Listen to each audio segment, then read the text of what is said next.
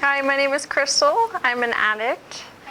And tonight I'm going to share a little bit about what it was like for me before I stopped using and the process that I've gone through afterwards. I'm so glad to be clean today. So I grew up with my grandfather. I was adopted. My mother was an addict, and so I didn't have her around all the time. And I got introduced to using with her. I really, really found a passion for drugs. I really love them. And I was about 12 years old when I first started using, and I quickly became an obsession, and it was, I knew that I had a problem. I remember, I don't know if you guys have ever heard those, DARE. It's like a movement to keep kids off drugs. It's an acronym. I don't know what exactly it stands for, but I remember it was like a DARE week at my middle school, and we all had like little wristbands that said like, yeah, we're drug free, and I was like really stoked about it. And my friend, she told me, she's like, you're not drug free, and kind of hurt me because I'm like, oh, I wish I was. Like, I didn't know how to ask for help, but I didn't know that Narcotics Anonymous was a thing, that it existed when I was in middle school. I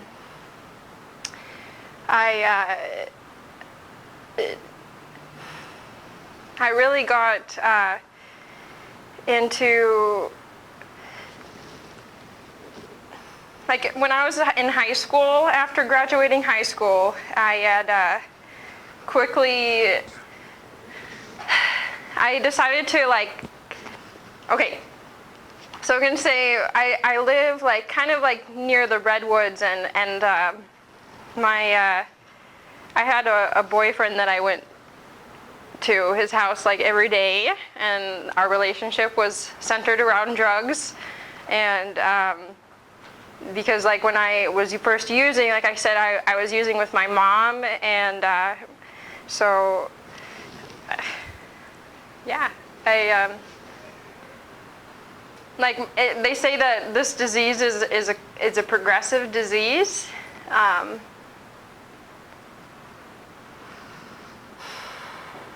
So I'm just gonna say pretty much the short time frame before my bottom, before I reached my bottom, and when I got clean.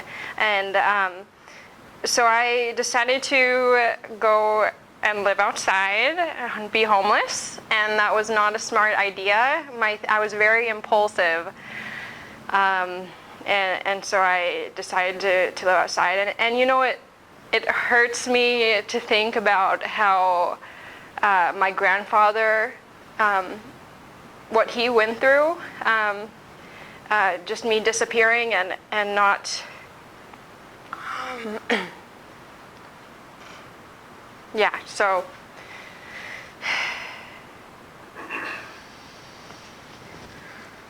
I see so I know you guys are probably in a facility listening to this, and I was thinking about this before. I had never been incarcerated in jail, but I had been in and out in mental institutions.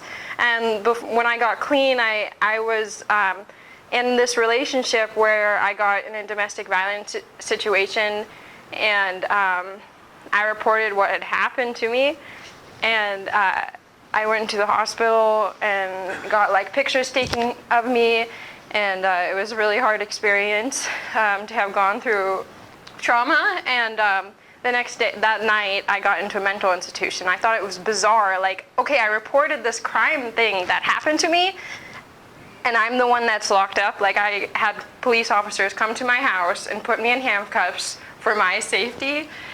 I did not understand why I was in this place.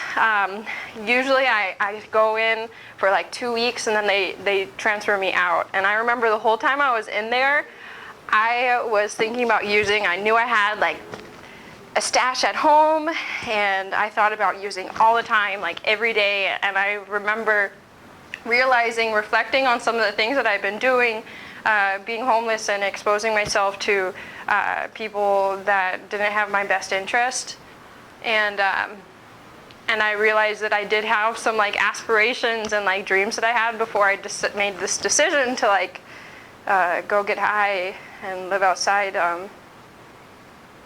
When I was in the mental institution, I realized that I actually had these dreams that I wanted to do. And I really had a desire inside of me that like wanted to change.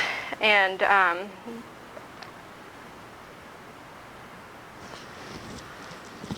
yes, when I was in the mental institution, I got transferred over to a long-term facility, and some people have been in there for like 2 years, and I was over-medicated there. They would give me medications, and like a half hour later, like it looked like the house was on fire. Like there was smoke, my eyes would get really blurry, and I couldn't walk straight. Like a half hour taking my medications, and it seemed ridiculous that I was in this situation.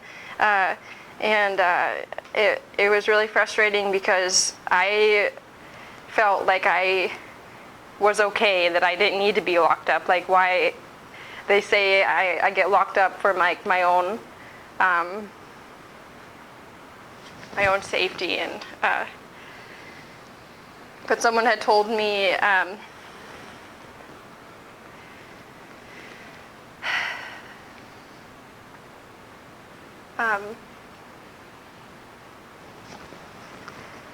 yes, so I went into that institution. Basically, long story short, I was able to get out of that institution and be with my grandfather. And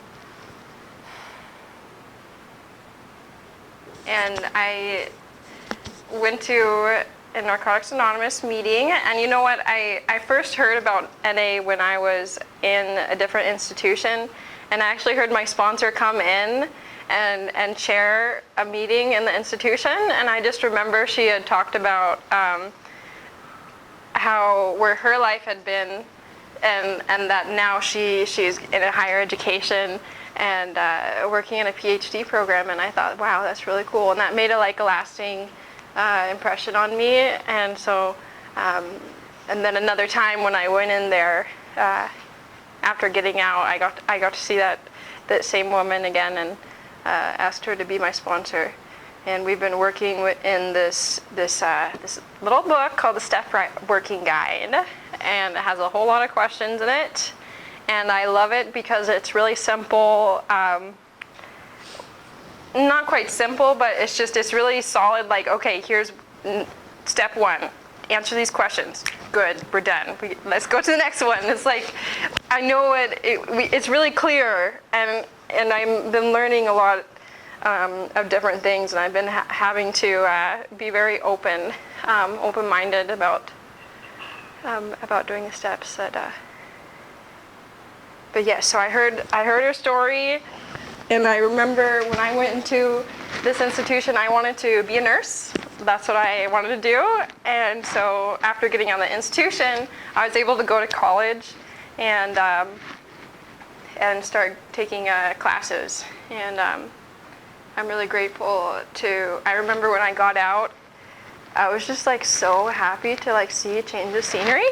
Like I was just like overjoyed to be in a car and see things moving and not being in the same place for months. And I remember hearing one person say that the institution was like heaven. He was in solitary confinement and had gone there to get his diagnosis and his medication set right. But yeah, it didn't seem that much of a paradise to me, because I didn't want to be there. And I remember praying every day, hoping to get out sooner. I didn't know how long I was going to be in there, and that really terrified me.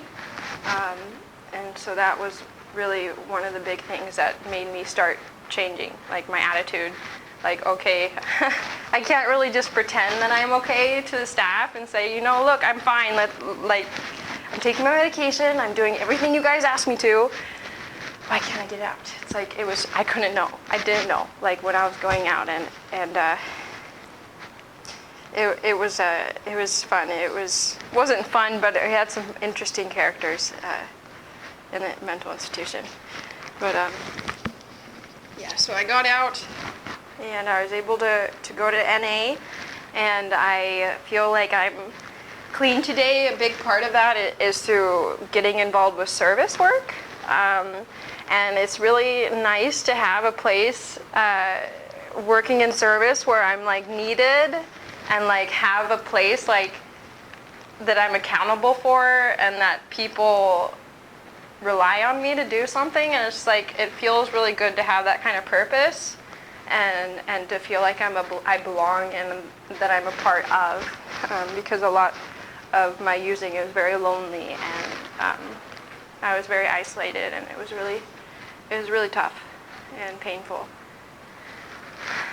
I'd mentioned that I'd been seeing a psychiatric nurse before getting to this institution, and my grandfather, like I had appointments with this lady and I didn't show up, but what was sad was that my grandfather would show up for me and talk with the nurse, and he didn't know where I was, and I remember him driving around and looking for me, and when he did find me a few times, like I would pretend like, oh, I'm okay, like I'm totally high out of my mind, right? But I tried to pretend like I'm okay, like, oh, should I like call you every once in a while? Would that make you feel better? Like, I really just didn't I couldn't, when I was using, I just couldn't.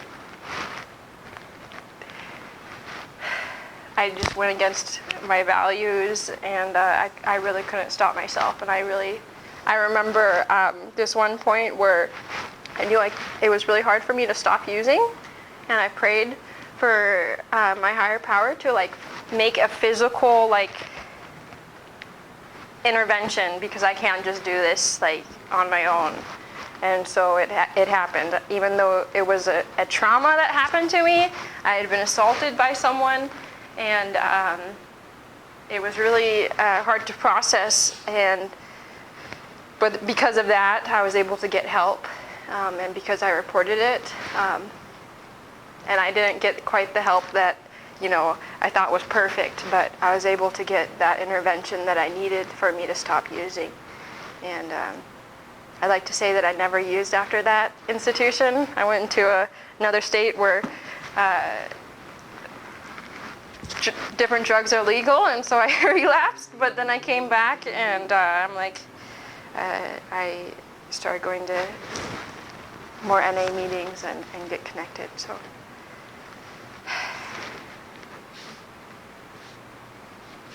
yes, I am very glad that I'm here, and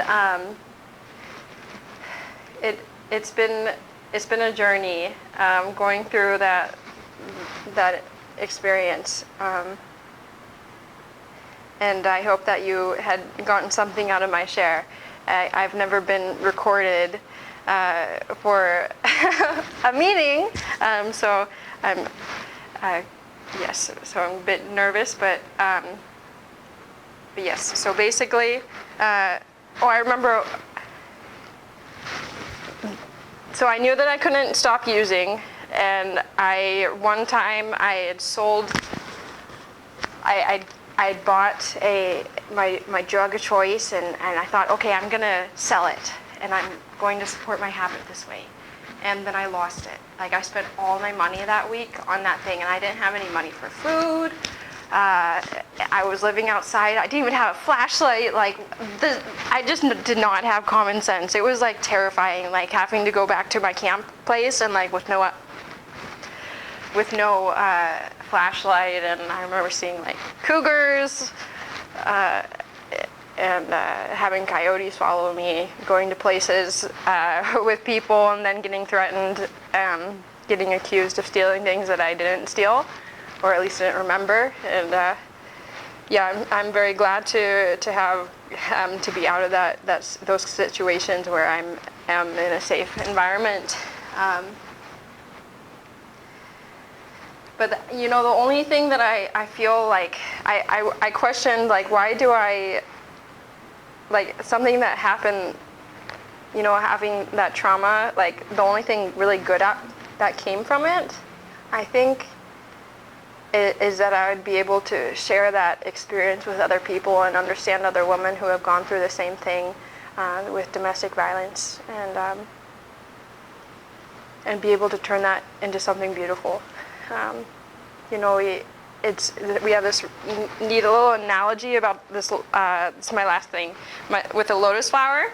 So a lotus flower, it grows in like mud and like muck, right? And it can be like a symbol for life. Like, through all those hardships and the bad stuff that we go through, that's the stuff that like nourishes our growth and makes us into something beautiful. And like the lotus flower, like the seed, it symbolizes like our potential, and how, like, when the lotus flower starts growing, it has these perfectly like formed petals, and it's like it symbolizes our potential. We have a potential to be something so beautiful, and through those hard experiences, we're able to bloom and be this beautiful being.